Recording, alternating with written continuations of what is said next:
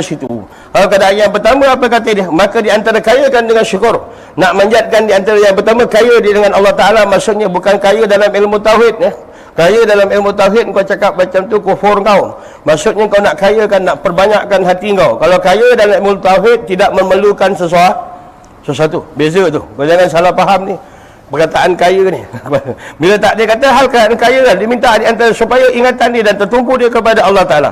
Manjatkan yang pertama dalam keadaan syukur, yang kedua hal keadaan hatinya isytighal, berbimbang-bimbang dalam hubungan dia dengan Allah dan ternapi bagi barang Allah yang selain daripada Allah Ta'ala.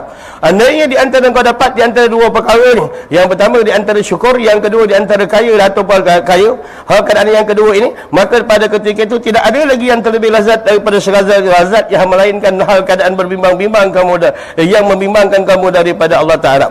Maksudnya kalau lain daripada Allah, kau dah tak nampak lagi keseronokan pada ketika itu, kau dah tak herankan pada ketika itu. Wali yang dah terbuka pada makrifat, tengok di antara Syekh Al-Ta'i, dia tak pedulikan wali besar, orang yang mempunyai sanad yang kuat dalam seluruh daripada hujah ilmu dan hadis, hal keadaan rantaian kepada Rasulullah, yang kerja dia hari-hari pungut di antara kayu, di antara roti yang kering. Kemudian roti yang kering dia nak mama takut habis masa, dia gendamnya dengan air yang sejuk. Lalu dalam keadaan dia makan, orang bertanya, ya Syekh, kenapa di antara hal keadaan gigi kau penuh, kau masih lagi makan mengendam dengan biskut-biskut roti-roti kering?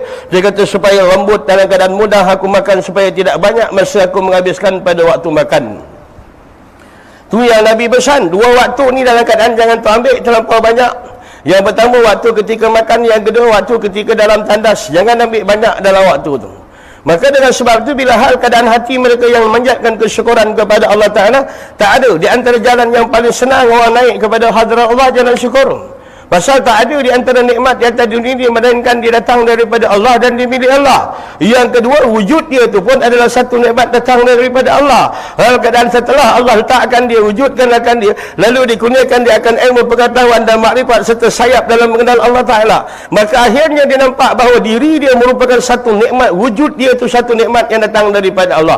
Andainya bagi siapa yang tak terdinding dengan diri dia sendiri, kalau andainya dia terinding dengan diri dia sendiri, hal keadaan di dalam diri itu ada satu nafsu yang layankan waktu makan, yang layankan minum yang sedap, layankan berkelah hari family, layankan berkelah hari bersih setiap daripada anak, hari ulang tahun perkahwinan, duk dia layankan kepada nafsu. Maka kata Syekh Abi Madian Syekh Bushu'aib Al-Ansari, kata dia, wujuduka hijabun, hal keadaan wujud engkau itu menjadi hijab pandangan mata hati engkau dalam melihat tentang keadaan Allah. Kalau seandainya lah, dengan syarat hati dan diri itu dalam keadaan dah dihabiskan, yang nak mensabitkan tidak ada mudda'i pendakwaan terhadap wujud dia, kerana wujud dia itu andainya dia menjadi satu aliran nur bagi ketuhanan yang dia harus panjatkan kesyukuran kerana dia dijadikan oleh Allah dan diberikan akan nikmat, dan kerja dia jadi wujud dia itu satu nikmat daripada Allah. Kalau seandainya dia berjalan dalam mengenal Allah Ta'ala, kalau seandainya dia tak kenal Allah Ta'ala, orang tua duk layankan diri dia, masih lagi nak kuat tidur, masih lagi nak berjalan, masih lagi nak tengok anak bersalin, masih lagi nak tengok menantu bersalin, masih lagi nak tengok cucu bersalin. Kau pergi sibuk di antara tengok orang bersalin buat apa? Suruh lebih ni kau beranak.